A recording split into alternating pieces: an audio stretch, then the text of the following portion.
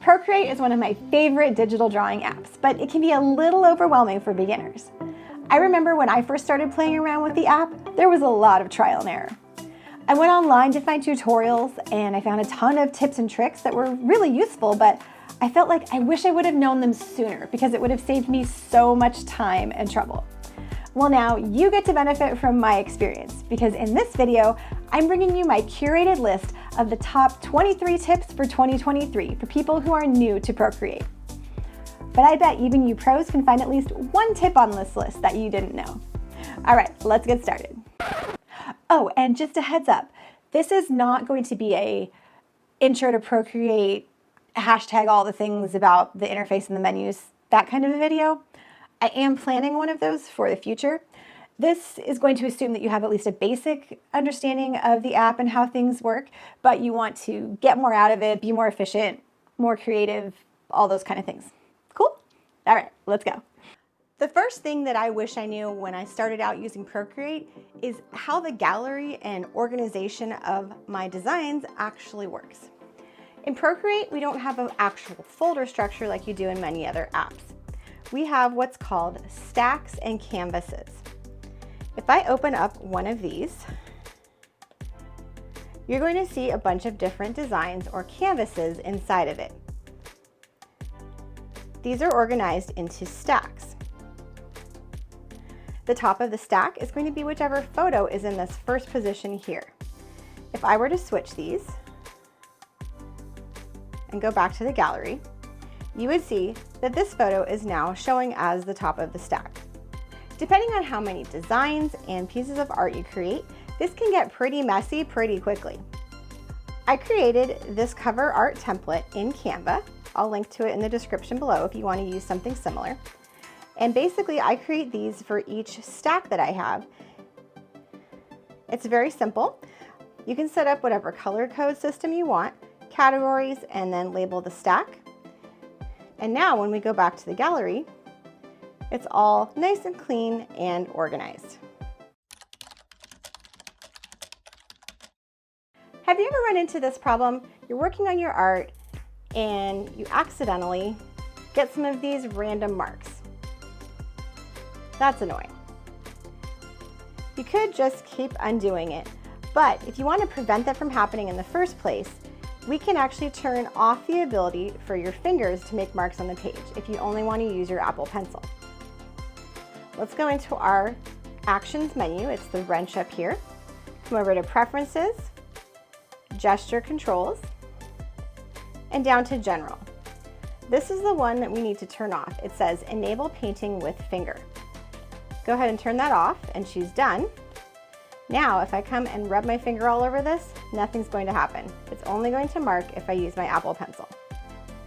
If you ever wanted to share a time-lapse recording of your artwork on social media or email, there's an easy way to do that in Procreate. Come up here to your Actions menu, choose Video, and Timelapse Replay. You can see a preview of it before you export it.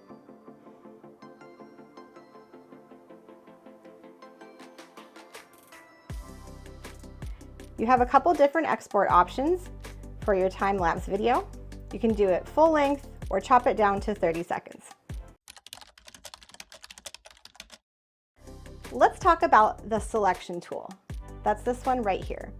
You have a few different ways that you can create selections, freehand and automatic being the most common. But one thing that's really cool that I wish I knew earlier is that you can actually save your selections. If I go through and painstakingly select everything except the strawberry seeds here, I can come down to Save and Load, add that selection, and there it is. Now if I accidentally tap out of my selection, I can pull it up again, and that same selection will be available to me. You can also invert your selections as well. You can see I have one saved here where I've selected everything outside of my selection. You can then add a new layer, choose a color, fill that layer with your selection. The freehand tool makes it really easy to grab pieces from your design and put them on a new layer. Let's grab this strawberry here, tap the dot when we're done, and choose copy and paste. Now we have just that strawberry on a new layer. Another thing I wish I knew earlier was how to keep the edges of my drawings a little bit cleaner. Because Procreate is a raster-based program, if you zoom way in, you're going to see these pixelated edges. But we can minimize the look of that, especially when we're transforming our artwork, meaning moving it around or changing the size. I'm going to swipe to the left here to duplicate this so we have two versions. For this first one, I'm going to come down here to Interpolation and choose Nearest Neighbor. Now when I stretch this out, it's going to get pretty pixelated. Let's see what happens when we change that option. Come back to Transform and change this to Bicubic. Now let's stretch this one out and look at the difference. You can see it's still pixelated, but not nearly as much. It's going to stay a lot smoother if you use that option. Let's talk about Quick Shape. I know this one is fairly well known, but I didn't know about it when I first started, and it would have been really helpful. If you've ever had issues trying to draw a perfect circle or square, you are not alone, and Procreate's got your back. All you need to do when you're drawing a shape is hold your pencil on the page for just a little bit longer when you're done. Then you'll get the Quick Shape menu. Come up here and you can decide whether you want it to be an ellipse or a perfect circle. You can even adjust these nodes later on. Once you get out of this menu though, you're not going to get this adjustment again. You can also, if you want to get a perfect equilateral shape, hold into Quick Shape and touch your finger on the screen and then let go. This works for squares and triangles as well. Another great thing about Quick Shape is that this works with textured brushes as well. So even if you have a really nice texture here, you can still get the perfect shape. If you want to add text to your design, you can either draw it by hand using the brush tool, or you can come up to the Actions menu here, choose Add, and add text. You can double tap here to bring up the font menu. Choose from any system font on your iPad. If you need to add new fonts to your iPad, I have a link in the description for my video on how to do that. You can play with the kerning, which is the space between the letters here. If you have multiple lines, the leading here is what's going to adjust the space between those lines. You can also outline any text right here. When you have a lot of layers in your piece, it's best to stay organized in your layers panel by making groups. You can see this piece has a lot of different layers, and it's a lot easier to work with if I have these different groups so I know what is what. You can even label them. Tap on the group here and choose Rename. Now, even when this is closed, I know this is my towel group. Grouping is nice because you maintain the different layers and you can make edits to them later. If you know you're not going to need to make edits, you can actually merge layers together to save space. Take two fingers and pinch these all together. Now this is all on one layer. When you're working with your designs, you may find that you have multiple layers that you want to adjust at the same time.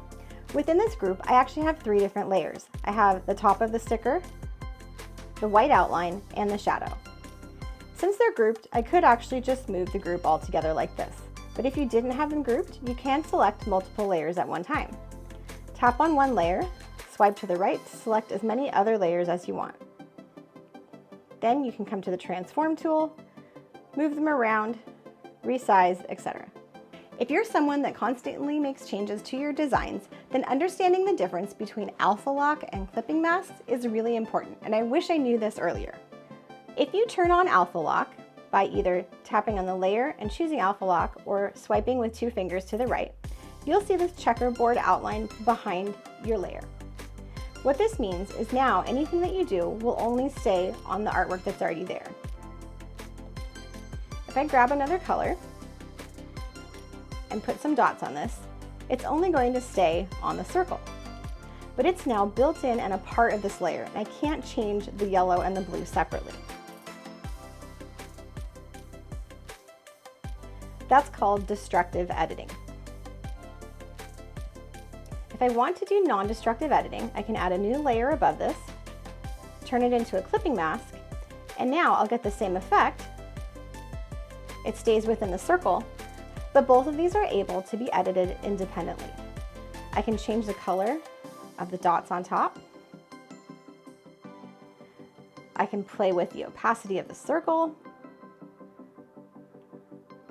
If I resize the circle, we can see that the rest of the dots are still there. As long as you have the layers available, clipping masks are a great way to do non-destructive editing and give you a lot more creative freedom with your designs. Having a drawing guide can be really useful, especially when you're just starting out. Let's go into our Actions menu, Drawing Guide, and Edit. Here there are a lot of different ways that you can use this. You can change it from a 2D to an isometric grid, different perspectives, or the fun one here, we're going to turn on symmetry. You can have vertical symmetry, horizontal, quadrant, or even radial, which is really fun for creating things like flowers or mandalas. Up here we can change the color of our drawing guide. We can change the opacity of it and how thick those lines are. When you're ready, choose Done. Now if we come to our layer, we see that it says Assisted. That means our drawing guide is on. Anything that we do here is going to be reflected all the way around.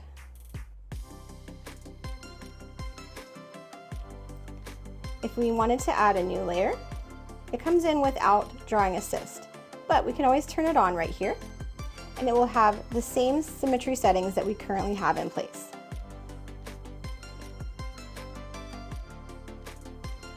If we want to work on one area of this without Drawing Assist, we can manually turn that off as well.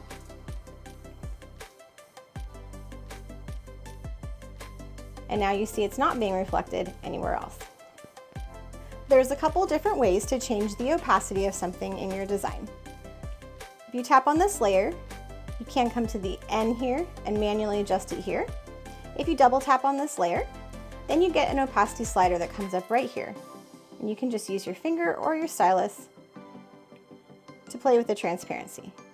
One of my most used gestures in Procreate is undo and redo.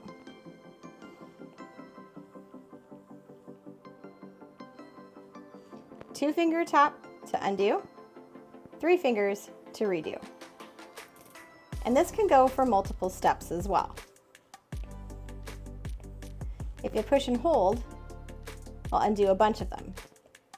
Push and hold with 3 fingers, I'll redo a bunch of them. But what I wish I knew earlier is that if I go back to the gallery and then back into my artwork, I can't undo anymore. So keep that in mind. Now let's talk about a few of my other favorite gestures. Pinching to zoom. You can zoom in and out of your entire canvas just with 2 fingers. You can also move it around. If you pinch really quickly, it'll zoom up to full screen size. You can also twist and rotate your canvas any way that you need to work on your design. If you have something on a layer that you want to get rid of, you can quickly clear it by taking 3 fingers and just scrubbing it. If you want to quickly bring up the copy and paste menu, swipe down with 3 fingers, and you can cut, copy, copy all, etc. Copy, add a new layer, swipe down, and paste. Now we have 2. When you're ready to showcase your art, pinch in quickly to take it all the way to full screen, and to get rid of your menu, tap with 4 fingers. Hey there, I just wanted to pop in here real quick and say I hope this video is being helpful to you. I love being able to show people how to combine creativity and technology on this channel. If you're enjoying this, I would love it if you take just a quick moment to pop down below there and give it a quick thumbs up. It really does help my small channel out a lot, and it just tells YouTube that more people should watch this. All right, thanks. One thing that I wish I knew earlier is that you can actually save some favorite settings for each of your brushes. If I like the settings on my brush right now, I can come over here to the size and the opacity sliders and save favorites.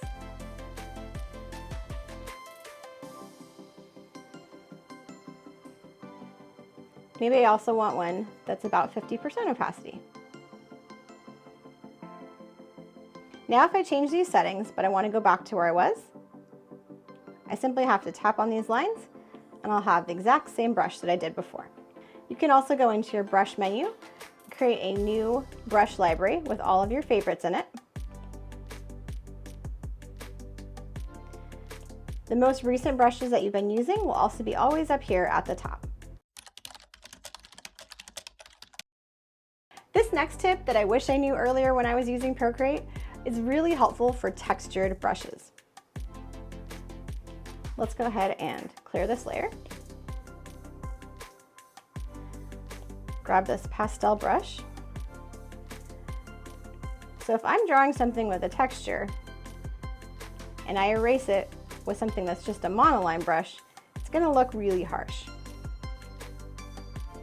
But if I go back to my textured brush and then I push and hold on the eraser, now I can erase with the same brush and it's going to look a lot more natural.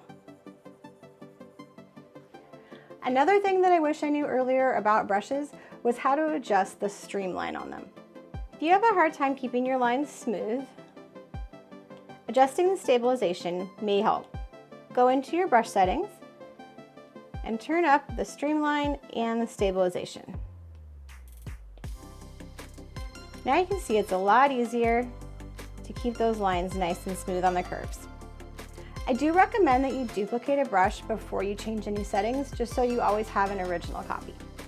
It's super easy to sample colors in Procreate, and I wish I knew how to do this sooner.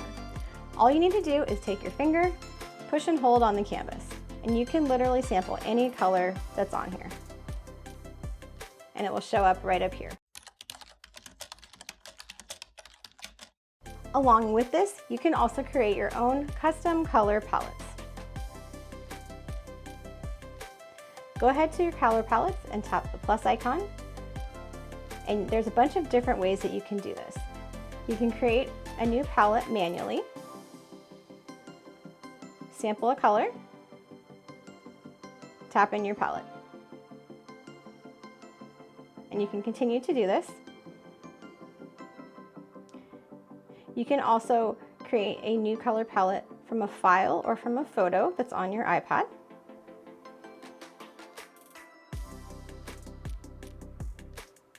And it will create a new color palette from that image. You can also use your camera if you're out and about somewhere that you want to take a picture and get a color palette from that.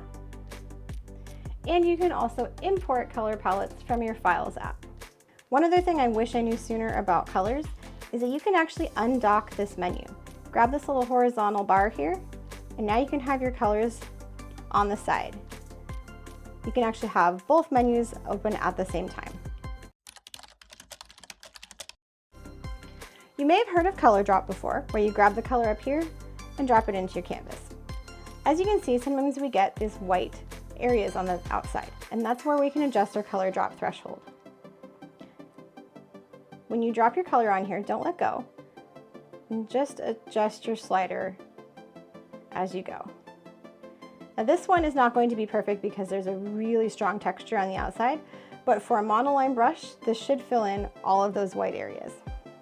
I wish I knew earlier that there was a really easy way to make gradients in Procreate.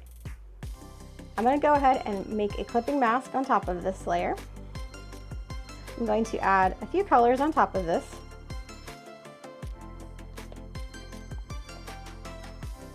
They do not have to be perfect lines. Now we're going to go to our magic wand, which is our adjustments menu, and choose Gaussian blur. And just slide across the screen, and you get a beautiful gradient.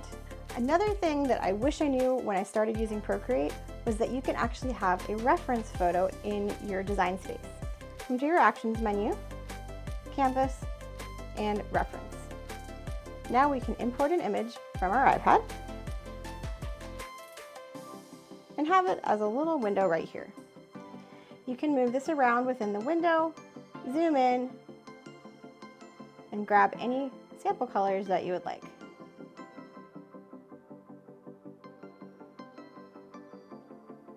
and then you can use those in your design.